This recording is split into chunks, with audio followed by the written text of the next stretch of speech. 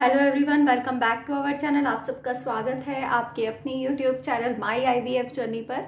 मेरे पास बहुत से क्वेश्चन आते हैं और मैं मानती भी हूँ कि जो आईवीएफ करवाया जाता है, आईवीएफ में क्या होता है कि दूर दूर से ट्रैवलिंग करने से लोग आते हैं। और क्योंकि आईवीएफ जो होता है आजकल जैसे हमारा एरिया है, विलेज एरिया है, आसपास इतने अच्छे सेंटर नहीं होते। जो बड़े बड़े सेंटर है चंडीगढ़, दिल्ली और कहीं जो बड़े बड़े शहर हैं वहाँ पर तो अवेलेबल है, लेकिन जो छोटे शहर से होते हैं उनको डिफ़िकल्टी होती है, आना जाने की डिफ़िकल्टी होती है।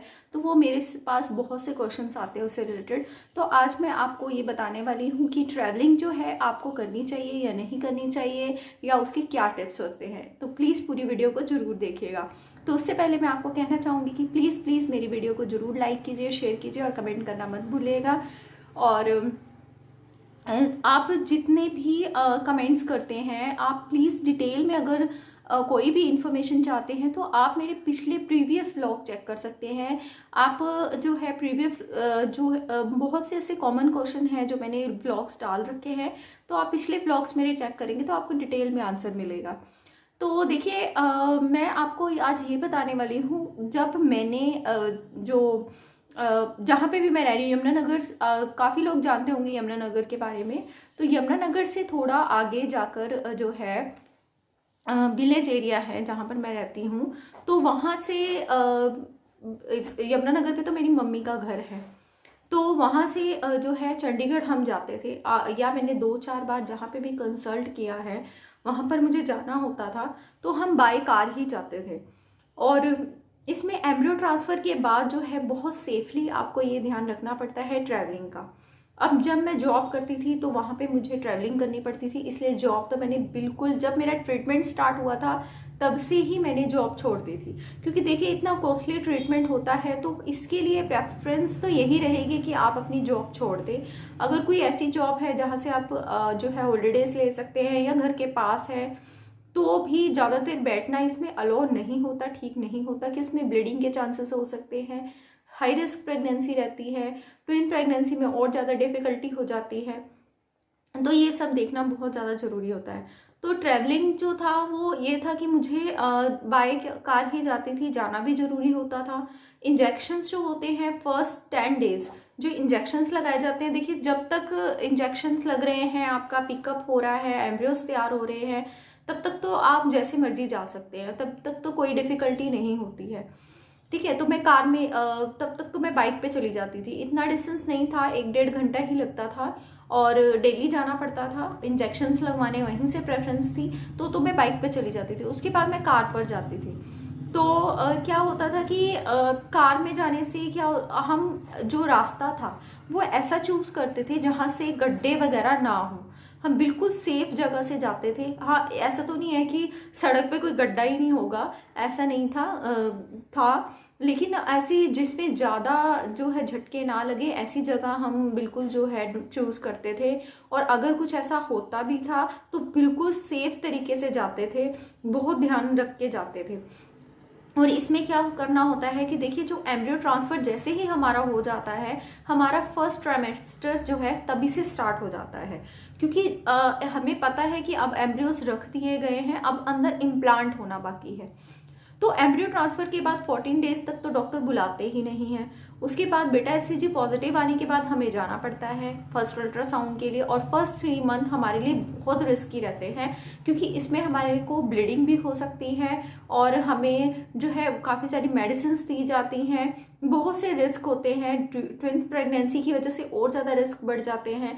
और कई बार तो मेरे टेस्ट ऐसे होते थे जो मुझे चंडीगढ़ से ही करवाने पड़ते थे। बहुत से ऐसे अल्ट्रासाउंड्स थे, क्योंकि हमारे यहाँ पर इतनी जो थे अवेलेबल नहीं थे। तो मैम जो थे वो यही प्रेफर करते थे कि आप चंडीगढ़ से ही करवाइए, तो भी हमें जाना पड़ता था, वो मजबूरी थी। और बहुत से लोग ऐसे हैं जो बहुत ज़्यादा डिस्टेंस हो जाता है, जैसे कि राजस्थान से हैं और मेरे पास मैसेजेस आते हैं, मैम हम इतनी दूर से आए हैं, हिसार से आए हैं, सिरसा से आए हैं, तो मैम हम बाय ट्रेन जा सकते हैं कि नहीं। सबसे ज़्यादा जो है प्रेफरेंस रहती है, मेरा जो एक्सपीरियंस रहा है वो कार में ठीक रहा है। ट्रेन से या एयर से तो आपको प्रेफरेंस सही रहेगा। लेकिन बाय ट्रेन आप जा सकते हैं या नहीं, अपने डॉक्टर से ज़रूर कंफर्म कर लीजिए। और आपको क्या ध्यान रखना है, अगर इतने ज़्यादा डिस्टेंस है, 3 से 4 घंटे का डिस्टेंस है, तो आपको क्या ध्यान रखना है, अपने साथ पानी ज़रूर लेकर जाना है। पानी जो है वो आपको जो है हाइड्रेट रखेगा।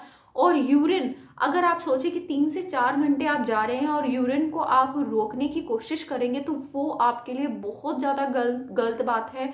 आपने बिल्कुल भी ऐसा नहीं करना है। बिल्कुल आधे आधे घंटे बाद या एक एक घंटे बाद जो है आपको इस चीज़ का ध्यान रखना है। आपको यूरिन का जब भी प्रेशर होता है आपको ज़रूर जाना है, पानी भी पीना है, और यूरिन का प्रेशर आपको बिल्कुल भी नहीं रखना है। आपको जो है इस चीज़ के प्रॉपरली ध्यान रखना है, क्योंकि फर्स्ट 3 मंथ बहुत ज़्यादा रिस्की होते हैं। वैसे तो आपको ट्रैवलिंग जो है वो अवॉइड करनी चाहिए, लेकिन अगर जाना बहुत ज़्यादा ज़रूरी है, जैसे कि हमें अब मेडिसिन के लिए जाना पड़ता है, तो उसके लिए आपको इस चीज़ का ध्यान रखना है कि जब आप जा रहे हैं तो अपने साथ मेडिसिन ज़रूर रखिए। जो भी वॉमिटिंग्स की मेडिसिन है आपकी ज़रूरी मेडिसिन है। वॉमिटिंग क्या होती है, वॉमिटिंग को रोकना बहुत ज़्यादा ज़रूरी होता है, क्योंकि वॉमिटिंग से पेट पर जोर पड़ता है और कार में हम इतना रेस्ट नहीं कर पाते हैं। अपना खाना पीना, हाइड्रेट होना, अपनी मेडिसिन का, अपने पानी और यूरिन आपको नहीं रोकना है। इस चीज़ का आपको प्रॉपरली ध्यान रखना है। अगर आप बहुत ज़्यादा ज़रूरी है तो ही जाइए। फर्स्ट 3 मंथ जो होते हैं वो इतने सेफ नहीं होते हैं। फिर उसके बाद जो है 3 से जो है उसके बाद जो 6 मंथ तक होते हैं वो बिल्कुल सेफ होते हैं, उसमें आप ट्रैवलिंग कर सकते हैं। लेकिन अगर आपने डॉक्टर ने आपको बेड रेस्ट बोला है तो आपके लिए सेफ नहीं है। अगर बहुत सी ऐसी कंडीशंस होती हैं, आपका जो प्लेसेटा होता है वो नीचे की साइड होता है, उसमें भी डॉक्टर जो होता है आपको ट्रैवलिंग करने से मना कर सकते हैं, तो उस चीज़ का आपको ध्यान रखना है। तो जितना आप जो है इस चीज़ का ध्यान रखेंगे तो आपके लिए बेनिफिट होगा। और बाय एयर आप आसानी से जा सकते हैं। कार से अगर आप जा रहे हैं तो रोड का आपको ध्यान रखना है कि वो गड्ढे वाली ज़्यादा ना हो, क्योंकि अगर गड्ढे वाली होगी तो आपको झटके लगेंगे, झटके लगने से बहुत ज़्यादा डिफिकल्टी हो जाती है। और जो लास्ट ट्राइमेस्टर होता है उसमें भी आपको प्रॉपरली ध्यान रखना है।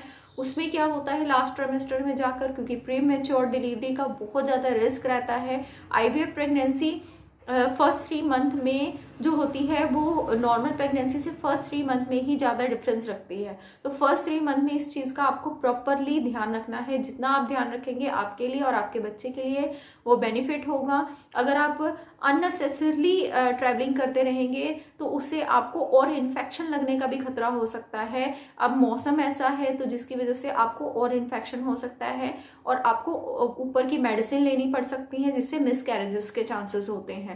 तो इस चीज़ का आपको ही ध्यान रखना है, और जितना हो सके बचेंगे इन चीज़ों से तो उतना ही आपके लिए बेटर रहेगा। तो आई होप कि आपको आपके क्वेश्चन का आंसर मिल गया होगा।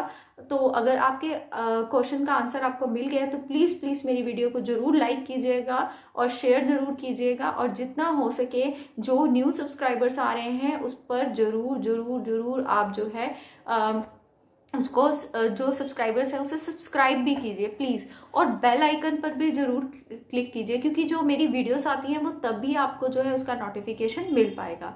तो यहीं पर अपनी वीडियो का एंड करते हैं। राधे राधे।